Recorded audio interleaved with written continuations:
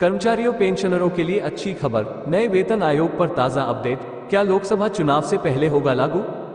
Media report के मुताबिक अगर 2024 जनवरी में फिर से 4% डीए बढ़ाया जाता है तो जनवरी से 50% डीए लागू होगा, जिसके बाद नियम के तहत इसे शून्य कर दिया जाएगा। ऐसे में सरकार को नए वेतन आयोग का गठन करना होगा या फिर सैलरी स्ट्रक्चर में बदलाव करना होगा या फिर सैलरी बढ़ाने को लेकर कोई नया नियम लाना होगा।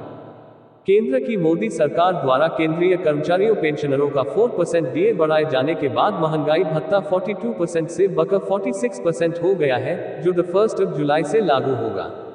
इसी के साथ साल 2023 के लिए दोनों डीए की दरों का ऐलान हो गया है। अब नई दरों का ऐलान 2024 जनवरी में होगा, जो AICPI इंडेक्स के छमाही आंकड़ों पर निर्भर करेगा। लेकिन इसके पहले लोकसभा चुनाव से पहले 8 वेतन आयोग के गठन की चर्चाएं शुरू हो गई है। कर्मचारी संगठन भी इसे लागू करने की मांग कर रहे हैं।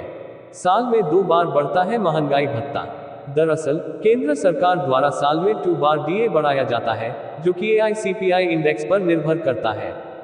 अब अगला डीए साल 2024 में बढ़ेगा। चूंकि पिछले कई वर्षों से केंद्रीय कर्मियों के डीए में 3% से 4% की वृद्धि की जा रही है, ऐसे में अब अगले साल जनवरी 2024 में भी डीए की दरों में 4% तक वृद्धि होना तय है।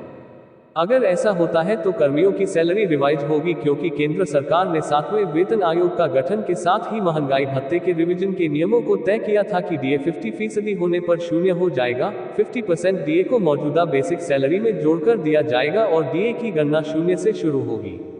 बता दें कि 7वां वेतन आयोग 2013 में गठित हुआ था, जबकि इसकी सिफारिशें 2016 में लागू हुई थी। डीए में अगले वृद्धि 2024 में।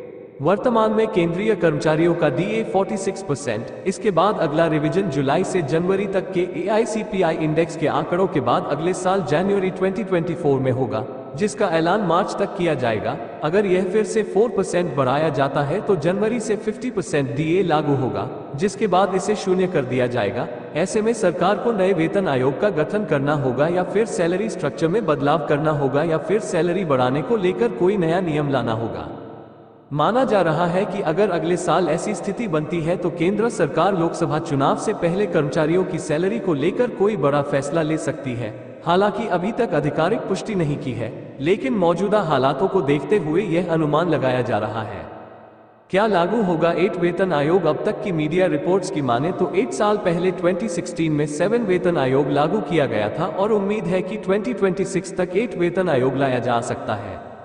हालांकि 2022 में संसद में सरकार साफ कर चुकी है कि सरकार का अगले वेतन आयोग के गठन को लेकर अभी कोई विचार नहीं है। ऐसा कोई प्रस्ताव पर भी सरकार विचार नहीं कर रही है। लेकिन 2024 में लोकसभा चुनाव होने हैं, ऐसे में कयास लगाए जा रहे हैं कि मोदी सरकार केंद्रीय कर्मचारियों को साधने के लिए सैलरी बढ़ाने से जुड़ा कोई न कोई बड़ा ऐलान कर सकती है। चूंकि अब तक देखने में आया है कि हर 10 साल बाद नया वेतन आयोग लागू किया गया है, वही 8 वेतन आयोग के लागू होने पर कर्मचारियों की बेसिक सैलरी में 44.44% की वृद्धि का भी पूर्वानुमान लगाया गया है।